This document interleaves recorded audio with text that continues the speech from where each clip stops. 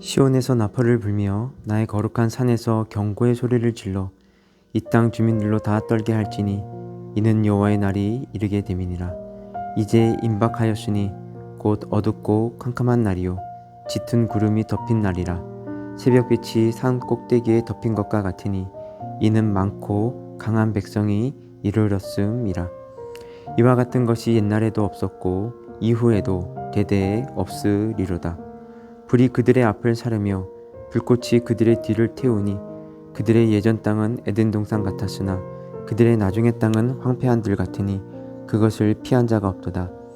그의 모양은 말 같고 그 달리는 것은 기병 같으며 그들이 산 꼭대기에서 뛰는 소리는 병거 소리와도 같고 불꽃이 건물을 사르는 소리와도 같으며 강한 군사가 줄을 버리고 싸우는 것 같으니 그 앞에서 백성들이 질리고 무리의 낯빛이 하얘졌도다. 그들이 용사같이 달리며 무사같이 성을 기어오르며 각기 자기의 길로 나아가되 그 줄을 이탈하지 아니하며 피차에 부딪히지 아니하고 각기 자기의 길로 나아가며 무기를 돌파하고 나아가나 상하지 아니하며 성중에 뛰어 들어가며 성 위에 달리며 집에 기어오르며 도둑같이 창으로 들어가니 그 앞에서 땅이 진동하며 하늘이 떨며 해와 달이 캄캄하며 별들이 빛을 거두도다. 여호와께서 그의 군대 앞에서 소리를 지르시고 그의 진영은 심히 크고 그의 명령을 행하는 자가 강하니 여호와의 날이 크고 심히 두렵도다. 당할 자가 누구이랴. 여호와의 말씀에 너희는 이제라도 금식하고 울며 애통하고 마음을 다하여 내게로 돌아오라 하였나니 너희는 옷을 찢지 말고 마음을 찢고 너희 하나님 여호와께 돌아올지어다. 그는 은혜로우시며 자비로우시며 노하기를 더디하시며 인애가 크시사 뜻을 돌이켜 재앙을 내리지 아니하시나니 주께서 혹시 마음과 뜻을 돌이키시고 그 뒤에 복을 내리사 너희 하나님 여호와께 소제와 전제를 드리게 하지 아니하실는지 누가 알겠느냐. 너희는 시온에서 나팔을 불어 거룩한 금식일을 정하고 청회를 소집하라. 백성을 모아 그 모임을 거룩하게 하고 장로들을 모으며 어린이와 젖 먹는 자를 모으며 신랑을 그 방에서 나오게 하며 신부도 그 신방에서 나오게 하고 여호와를 섬기는 제사장들은 낭실과 제단 사이에서 울며 이르기를 여호와여 주의 백성을 불쌍히 여기소서. 주의 기업을 욕되게 하여 나라들로 그들을 관할하지 못하게 하옵소서. 어찌하여 이방인으로 그들의 하나님이 어디 있느냐 말하게 하겠나이까 할지어다. 이스라엘 자손들이 출애굽할 때에 애굽에 10가지 재앙이 있었습니다. 그중 8번째 재앙이 바로 메뚜기 재앙이었습니다. 요엘 선지자는 여러 종류의 메뚜기 떼가 엄청나게 몰려오는 자연재해를 통해서 그렇게 이방인의 군대가 몰려올 것을 말하며 그날이 여호와의 날임을 강조합니다. 특히 본문 1절에서 11절이 메뚜기 떼의 침입에 대해서 증거합니다. 오늘 본문은 이렇게 시작하고 있는데요. 시온에서 나팔을 불며. 이스라엘을 비롯한 고대 중동에서는 중대한 일을 앞두고서 나팔을 불어서 경각심을 일깨웠습니다. 이스라엘 종교력으로 7월 10일은 대속죄일이었습니다. 그런 종교적인 집회로 모일 때와 성전과 관련해의 중대한 행사를 할 때 나팔을 불었습니다. 또 새로운 왕이 등극할 때에 백성들에게 알리는 축하의 나팔을 불었습니다. 그리고 이방 군대가 쳐들어올 때와 같이 위급한 일이 일어날 때 성내에 사는 사람들에게 경고하여 준비할 수 있도록 나팔을 길게 불었습니다. 그런데 요엘의 시대에 나팔을 분 이유는 바로 여호와의 날이 임했음을 알리는 경고를 하기 위함이었습니다. 근데 그 나팔을 예루살렘에서 나팔을 불며 라고 말씀하지 아니하시고 시온에서 나팔을 불며 라고 말씀하시는 것은 거기에 성전이 있음을 강조하기 위한 것입니다. 그리고 그것은 성전이 있는 예루살렘 사람들이 하나님을 섬기는 삶과 하나님의 말씀에 순종하는 삶을 살지 않기 때문에 여호와의 날이 있음을 각성시켜 주는 것입니다. 여호와의 날이 하나님을 섬기고 하나님의 말씀에 순종하는 사람들에게 상급의 날, 구원의 날이지만 여호와의 날이 우상을 섬기고 하나님의 말씀에 불순종하는 자들에게는 심판의 날, 절망의 날이 되기 때문입니다. 여호와의 날이 어떻게 임했는지 요엘은 이렇게 증가합니다. 2절과 3절입니다. 곧 어둡고 캄캄한 날이요 짙은 구름이 덮인 날이라 새벽빛이 산꼭대기에 덮인 것과 같으니 이는 많고 강한 백성이 이르렀음이라. 이와 같은 것이 옛날에도 없었고 이후에도 대대에 없으리로다. 불이 그들의 앞을 사르며 불꽃이 그들의 뒤를 태우니 그들의 예전의 땅은 에덴 동산 같았으나 그들의 나중은 황폐한 들과 같으니 그것을 피한 자가 없도다. 환한 대낮임에도 불구하고 짙은 먹구름이 몰려와 태양을 가리면 갑자기 날씨가 어두워질 때가 있습니다.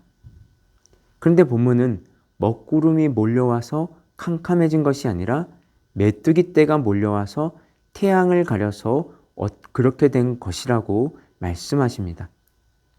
하늘이 어두워질 정도로 많은 메뚜기 떼가 몰려왔다가 지나가고 나면 몰려오기 전에는 에덴 동산 같았던 땅이 몰려가고 나면 황폐한 들과 같이 된다고 말씀하십니다. 에덴 동산이 없는 것이 없는 곳이라고 한다면 황폐한 들은 있는 것이 없는 곳이라고 할 수 있습니다. 우리의 인생에도 이와 같은 일을 겪을 때가 있습니다. 메뚜기 떼가 몰려오는 날이 어둡고 캄캄한 날이 되는 것처럼 우리의 인생에도 메뚜기 떼가 몰려오고 나면 하늘이 캄캄해질 때가 있습니다. 무엇을 해야 하는지도 알 수 없고 할 수 있는 것도 아무것도 없는 것 같이 여겨지며 인생이 완전히 초토화된 것 같이 여겨지곤 합니다. 유다 백성들이 돌이키지 않으면 장차 가공할 만한 위력을 가진 바벨로니아 제국의 군대가 유다를 쳐들어올 때에 성벽도 단숨에 점령하고 무기고도 단숨에 무력화시키고 집집마다 들어가서 살육을 자행하게 될 것이라고 경고하는 것입니다. 지축이 흔들리고 하늘이 떨고 해와 달이 캄캄해지고 별들이 빛을 잃는다는 것은 모두 천재지변을 뜻하는 말입니다. 이것은 메뚜기 떼 재앙으로 표현되는 바벨로니아 제국의 군대가 몰려오는 것이 마치 천재지변이 일어나는 것처럼 여겨지게 될 것이라는 것입니다. 또한 고대 세계에서 해와 달과 별들은 모두 숭배의 대상이었습니다. 유다 백성들은 하나님을 섬기는 백성인데 해와 달과 별들을 숭배했었던 것입니다. 그것이 얼마나 허망한 것인지를 보여주는 것이기도 합니다. 이 말씀에서 천지가 진동하는 것보다 더 두렵고 충격적인 것은 유다를 침략해오는 군대의 지휘관이 여호와 하나님이시라는 것입니다. 하나님께서 애굽이나 바벨로니아 제국을 치시는 것이 아니라 자기 백성을 치기 위하여 앞장서서 지휘하신다고 하십니다. 하나님의 백성이 하나님을 섬기는 백성으로 살지 않기 때문에 징계하시는 것입니다. 그래서 그날이 여호와의 날입니다. 이제 요엘은 메시지의 결론을 전달합니다. 12절입니다. 여호와의 말씀에 너희는 이제라도 금식하고 울며 애통하고 마음을 다하여 내게로 돌아오라 하셨나니. 하나님께서는 자기 백성들에게 하나님께로 돌아오라고 말씀하십니다. 어떤 자세로 돌아가야 하는지를 4가지로 말씀합니다. 첫째는 마음을 다하여입니다. 우리말 성경에는 마음을 다하여가 뒤에 있지만 히브리어 성경은 가장 먼저 나옵니다. 성경에서 말하는 마음은 전인격을 뜻하는 말입니다. 하나님께로 돌아가는 것의 출발점은 마음입니다. 마음이 먼저 가지 않는 행동은 외식이 되기 쉽고 이내 돌아가지 않는 상태로 되돌아가기도 쉽습니다. 둘째는 금식입니다. 금식은 자신의 힘과 능력, 자신만의 방법으로 살고자 했던 것에 대한 참회입니다. 더 이상 자신이나 눈에 보이지 않는 세속적 가치관을 따르지 아니하고 하나님을 의뢰하겠다는 결단의 삶을 사는 것이 금식입니다. 셋째는 울며입니다. 이 단어는 큰 소리를 내며 눈물을 펑펑 쏟아내는 행위를 뜻합니다. 요셉이 22년 만에 형들을 다시 만났을 때 자신의 감정을 억누르다 더 이상 견디지 못하고 터뜨린 방성대곡과 같은 단어입니다. 그래서 울며는 자기 자신에 대한 절망입니다. 물론 하나님에 대해서도 소망입니다. 넷째, 애통입니다. 이것은 극한의 슬픔으로 인해 머리카락을 쥐어뜯거나 가슴을 치는 행위를 말합니다. 이것이 지난날의 잘못된 삶에 대한 참회와도 같습니다. 요엘 선지자는 자신의 말로 다시 한번 더 회개를 촉구합니다. 13절입니다.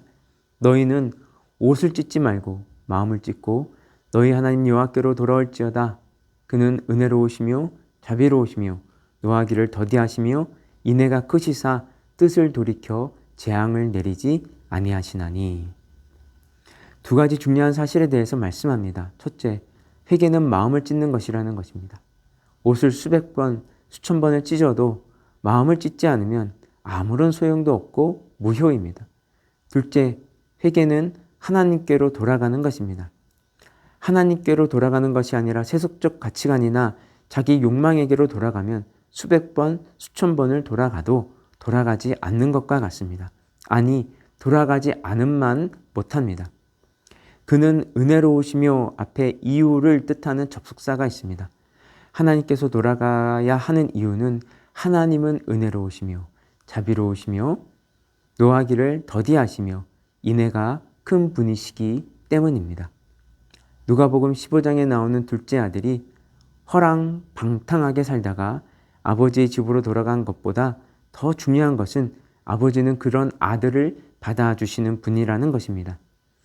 아버지가 그런 분이 아니시라면 돌아가는 것과 돌아가지 않는 것이 다를 바가 하나도 없습니다. 어제 살핀 것처럼 요엘의 주제어가 여호와의 날입니다. 여호와의 날이 없는 사람은 아무도 없습니다. 우리 개개인뿐만 아니라 가정, 일터, 교회, 국가도 마찬가지입니다. 그날이 불현듯 찾아오기도 합니다. 천재지변이나 전쟁, 예기치 않은 사고 등과 같은 일로 인해서 자신도 모르는 사이에 찾아오는 크고 작은 여호와의 날이 있을 수 있습니다. 이러한 삶에서 돌이키는 길은 이제라도 하나님께로 돌아가 자신의 겟셋마네에서 얼굴을 땅에 대는 것입니다. 그런 사람에게는 심판과 징계가 이루어질 여호와의 날이 상급을 받게 되는 여호와의 날로 바뀌게 됩니다. 그런 사람이 주님 안에서 함께 지어져 가는 사람임에도 두말할 필요도 없습니다. 오늘 하루 우리 삶의 자리에서 겟셋마네를 찾아 그 얼굴을 땅에 댐으로 말미암아 하나님의 은총과 역사의 통로로 살아가시는 하루가 되시기를 주님의 이름으로 축복합니다. 함께 기도하겠습니다. 사랑과 은혜가 풍성하신 하나님 아버지, 우리도 요엘 선지자의 외침에 자유롭지 못합니다. 우리도 매 주일마다, 매일마다, 매 순간마다 하나님께 돌아오라는 말씀을 듣지만 돌아가려고 하지 않습니다. 바라옵고 바라옵는 것은 집을 나간 둘째 아들이 아버지의 집으로 돌아온 것처럼 우리도 하나님 아버지께로 돌아가게 하시고 우리의 겟셋마네에서 엎드려 기도하게 하여 주시옵소서. 그런 과정을 통해서 우리가 매일 주님 안에서 함께 지어져 가게 하셔 주시옵소서. 오늘 하루도 하나님께로 돌아가 하나님 앞에서 얼굴을 땅에 대는 하루가 되게 하여 주시옵소서. 이 모든 말씀 예수 그리스도의 이름으로 기도드렸습니다. 아멘. 우리 계속해서 개인 기도 제목 가지고 기도하며 나아가도록